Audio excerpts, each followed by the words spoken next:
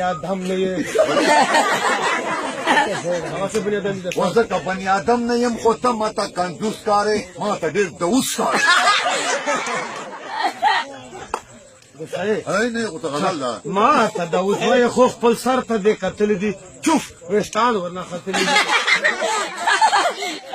په سر مې کا ګنجی د خو پښتو لرم غیرت لرم هر کار کې شهرت لرم دا سره غیرت ته لوفرانو سره ګرځې ته هر میدان کې غورځې ته هر ځای ته وسب شنوره بس که ګنې خوله به دې در ماته کړم دا وزیر به درنه پاته کړم ما خوله خو به ماته کې خو تا به لکه خر وایې وچ په دې زامبار وایې دا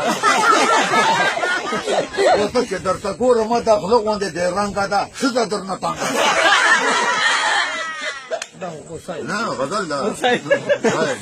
خپل رنګ ته دې ګوره زه نه ورغوندې غوټسلی هر چا پېژندلی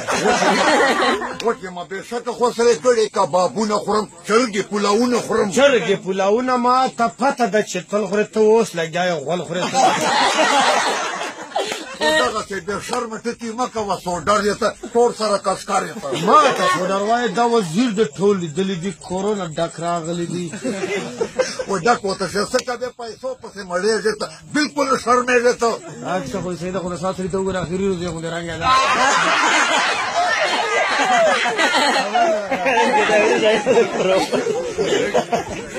شرم تا کې ډېر ده دلته کوم سړي بللی چا سره راغلی زه چې چا بللی انور حاجي نومې ټکټرې دي په کور کې سکوټرې دي دغسې سکوټره خو زما خپله برګې نه ده یو ورور مې چرمې نه ده و دغه شرمېني و لړمېني خبرې تل کوې له ډاره تور شغول کوې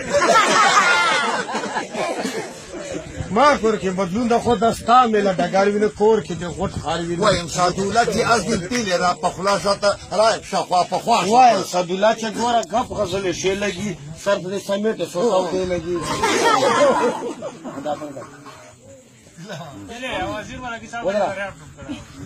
درد دی وای ترړی دی وای چې سپیو بارولای خو چې ته وای را سره د کلي په مایرو کې داسې پلي ګرځېدلی خو چې ته وای را سره درد دی وای ترړی دی وای چې سپیو بارولای خو چې ته وای را سره د کلي په مایرو کې داسې